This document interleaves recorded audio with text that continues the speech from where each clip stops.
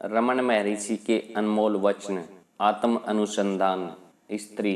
परंतु मैं इसे कैसे कर सकती हूँ भगवान, चाहे आप सो रहे हो, जाग रहे हो या सपना देख रहे हो, मैं हमेशा मौजूद रहता है। जो सोता है वह वही है जो अब बोल रहा है। मैं का भाव सदा बना रहता है। यदि ऐसा न होता तो आपको अपने अस्तित्व से ही इनकार करना पड़ता, परंतु आप नहीं करते। आप कहते हैं मैं हूँ, पता करें कि यह कौन है। स्त्री। मैं अब भी नहीं समझी। आपने कहा कि यह मिथ्या अहम है। मैं इस मिथ्या अहम का नाश कैसे कर सकती हूँ भगवान? आपको किसी मिथ्या अहम का नाश करने की कोई जरूरत नहीं है। मैं अपना ही नाश कैसे कर सकता? आपको इसके स्रोत तक जाना है और वही स्थित होना है। आपके प्रयत्न केवल वहीं तक जा सकते हैं। इसके बाद वह स्वयं ही अपनी देख रेख कर लेगा। आप इसके आगे असहाय हैं। उस जगह से आगे कोई प्रयत्न काम नहीं आता। स्त्री। अगर मैं हमेशा से उपस्थित हूँ और अभी है तो मैं उसे महसूस क्यों नहीं कर पाती भगवान? कौन कहता है कि आप नहीं कर पाती? स्वयं से पूछें कि झूठा मैं या सच्चा मैं, और आप देखते हैं कि यह मिथ्या अहम ही बड़ी बाधा है। अगर आपको सच्चे मैं को पाना है तो आपको इसे हटाना होगा। मैं यह बोध नहीं पाया का भाव ही उस बोध को पाने की राह में बाधा है। दरअसल यह ज्ञान तो पहले से ही आपके पास है। उसको कुछ भी नया अनुभव नहीं पाना। यदि वह अब तक अस्तित्व में नहीं था और अब उसे अस्तित्व में आना ही है तो वह अनित्य है। जिसका जन्म होता है उसकी मृत्यु होती है। यदि अनुभव नित्य नहीं है तो उसे पाना ही बेकार होगा। जिसे हम खोज रहे हैं वह कुछ ऐसा नहीं है जिसे नए सिरे से पाना होगा। यही तो एकमात्र नित्य तत्व है जिसे आप रुकावट के कारण नहीं देख पा रहे। हमें यही करना है कि किसी तरह इस आवरण को हटा दिया जाए। जो नित्य है वही नित्य है। ऐसा हम अज्ञान के कारण ही नहीं जान पा रहे, इसलिए इस अज्ञान को हटाना ही होगा। अज्ञान बाधा है और इस बाधा को पार करते ही सब सही हो जाएगा।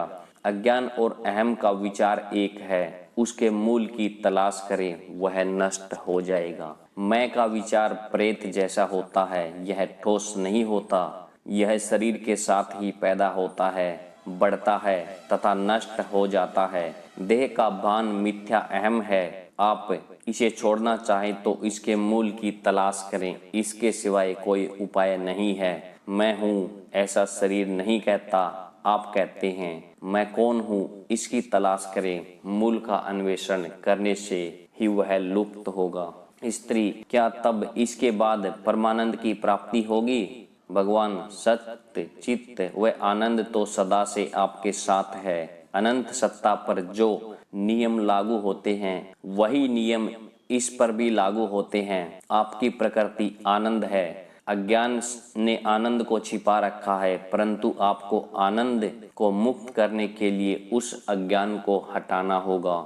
स्त्री। क्या हमें जगत के परम सत्य को एक व्यक्ति या ईश्वर के तौर पर नहीं देखना चाहिए भगवान? ये सब मैं के ही विचार हैं। ये सब मैं का विचार आने के बाद ही जन्म लेता है। क्या आप गहरी निद्रा में महसूस करते हैं? फिर भी नींद में आपका अस्तित्व होता है और वही आप अब बात कर रहे हैं। यदि वे सत्य होते तो क्या वे आपकी नींद में भी अस्तित्व नहीं रखते? वे इसी मैं के विचार पर आश्रित है। क्या जगत आपको बताता है मैं जगत हूँ? आप कहते हैं ये जगत है, ये शरीर है। तो ये सब विचार मात्र हैं। यह पता करें कि आप कौन हैं और आपके सारे संदेहों का अंत होगा। स्त्री। ज्ञान पाने के बाद शरीर का क्या होता है? इसका अस्तित्व बना रहता है अथवा नहीं? हम ज्ञानी जन को भी दूसरे लोगों की तरह काम करते हुए देखते हैं। भगवान, आपको अभी से इस प्रश्न की चिंता करने की आवश्यकता नहीं है। अगर आपको इसका अनुभव पाने के बाद भी यह सवाल पूछने की जरूरत लगे, इसे तभी पूछें। जहाँ तक ज्ञानी की बात है वह अपनी चिंता स्वयं कर लेगा। आपको उनकी चिंता नहीं करनी चाहिए। दरअसल ज्ञान व अनुभूति मिलने के बाद शरीर या कोई भी चीज आत्मा से अलग नहीं जान पड़ती। स्त्री, यदि हम सदा ही सतचित आनंद हैं तो ईश्वर हमें कठिनाइयों में क्यों डालता है? उसने हमें बनाया ही क्यों? भगवान, क्या यह भगवान ने आकर बताया कि उसने आपको कठिनाइयों में डाला है? आप ऐसा कहते हैं, यह मिथ्या अहम है। यदि यह अलोप हो जाए तो कोई ऐसा कहने वाला नहीं रहेगा, भगवान से ऐसा किया या भगवान ने वैसा क्यों किया। वह तो यहाँ तक कि नहीं कहता कि मैं हूँ। क्या ऐसा कोई संदेह पैदा होता है? मैं नहीं हूँ। यदि कोई गाय या भैंस होता तो शायद मन में यह संदेश आता और उसे खुद को याद दिलाना होता कि वह तो एक इंसान है, परंतु ऐसा कभी नहीं होता। मनुष्य के अपने अस्तित्व और अनुभूति के साथ भी यही है। यह आखिरी वाक्य हमें वापस उसी जगह ले आता है कि आत्म अनुसंधान क्या नहीं है और क्या है। जब मन अपने ही बारे में आत्म अनुसंधान करना बंद कर देता है तो जान लेता है कि मन जैसी कोई वस्तु नहीं है। यही सबके लिए सीधी राह है। मन केवल विचार है, सभी विचारों में केवल मैं का विचार ही मूल है। तब इस तरह मन केवल मैं का विचार है। मैं का विचार कब पैदा होता है, इसे अपने भीतर तलाश करो तो ये ओझल हो जाता है। यह बुद्धि है। जहाँ से मैं का लोप होता है वहीं से मैं का जन्म होता है। यही पूर्णम है। अगर अहम है तो बाकी सब भी अहम है, अगर अहम नहीं है तो बाकी सब भी नहीं है। दरअसल अहम ही सब कुछ है। अहम को जानना है, बाकी सब के त्याग का मार्ग हो सकता है। मैं के सामने न आने की अवस्था ही वह बनने की अवस्था है। जब तक मैं के सामने न आने की अवस्था पर सवाल नहीं किया जाएगा तब तक व्यक्ति अपने ही विलोपन को कैसे पा सकता है। जिससे मैं सामने नहीं आता उसे पाए बिना अपनी सच्ची अवस्था में रहना कैसे संभव है? वह कहाँ है? जिस तरह कोई व्यक्ति पानी में गिरी किसी वस्तु को निकालने के लिए उसमें डुबकी लगाएगा, उसी तरह व्यक्ति को पूरी एकाग्रता से अपने भीतर जाना चाहिए। अपनी वाणी और श्वास को वश में रखते हुए उस जगह की तलाश करनी है जो इस मैं का स्रोत है। आत्मज्ञान पाने के लिए मैं के स्रोत की खोज करनी होगी। मैं यह नहीं हूँ, मैं वह नहीं हूँ पर ध्यान लगाने से अनुसंधान में मदद भले ही मिले, परंतु यह अनुसंधान नहीं है। अगर कोई मन में यह खोज करता हुआ मैं कौन हूँ तो हृदय तक जाते ही मन का नाश होता है और उसी समय मैं के रूप में सत्य प्रकट होता है। हालांकि यह स्वयं को मैं के रूप में प्रकट करता है। यह अहम नहीं बल्कि सच्चा अस्तित्व और परम सत्य होता है। भगवान, बंधन और मुक्ति तो केवल मन में ही बनाए हैं, उनका अपना कोई सत्य नहीं है। इसके लिए वे अपने अनुसार काम नहीं कर सकते। वे किसी और चीज के रूप हैं, इसलिए उनसे स्वतंत्र भी कोई सत्ता नहीं होगी जो उनका सामान्य स्रोत व आश्रय है। यदि कोई जानना चाहे कि किसकी मुक्ति या बंधन की बात है तो उसे स्रोत का अनुसंधान करना होगा। तब उसे पता चलेगा कि वे मैं यानी उसके लिए कहे गए हैं। जब कोई सच्चे मन से ये जानना चाहेगा कि मैं कौन हूँ तो उसे पता चलेगा कि मैं जैसा कुछ है ही नहीं, मैं का कोई अस्तित्व नहीं है। यह देखने के बाद जो बचा रहेगा वही स्वप्रकाशित आत्मा है जो अपने मन को स्थिर रखते हुए यह अनुसंधान करता है कि मैं कौन हूँ और केवल वार्तालाप में अपने समय को नष्ट नहीं करता। सर्वोच्च सत्य स्वयं उससे साक्षात्कार करता है। इस तरह सही मायनों में आत्म साक्षात्कार करने वालों के लिए किसी प्रकार का संदेह शेष नहीं रहता। वे पूरी तरह से आत्मा में स्थिर हो जाते हैं। उनके लिए न तो कोई बंधन बचता है और न ही कोई मुक्ति। भगवान, आत्मा विशुद्ध चेतना है। एक व्यक्ति अपनी पहचान शरीर से जोड़ता है। वह स्वयं नहीं कहता मैं शरीर हूँ। कोई दूसरा कहता है। असीम आत्मा ऐसा नहीं कहती मैं कौन हूँ। कौन कहता है? विशुद्ध चेतना और शरीर के बीच मिथ्या अहम है और स्वयं को शरीर तक सीमित मानता है। इसे खोजो और ये गायब हो जाएगा। यही अहम मन या निज रूप है। सभी शास्त्र इसके उदय के आधार पर बने हैं। इसका नाश करना ही उनका उद्देश्य है। वर्तमान अवस्था मात्र भ्रम है। इसका विलयन ही लक्ष्य है और कुछ नहीं है। भगवान ने अहम को प्रेत या छाया की संज्ञा दी है। दो पारसी महिलाओं के संवाद में भी उन्होंने मिथ्या अहम और सच्चे अहम की बात की थी। वे कई बार व्यवहारिक उद्देश्यों की वजह से सच की तलाश के लिए झूठे अहम को छोड़ने की बात करते थे, परंतु इससे यह अर्थ नहीं लगाया जाना चाहिए कि मनुष्य में दो आत्मा हैं।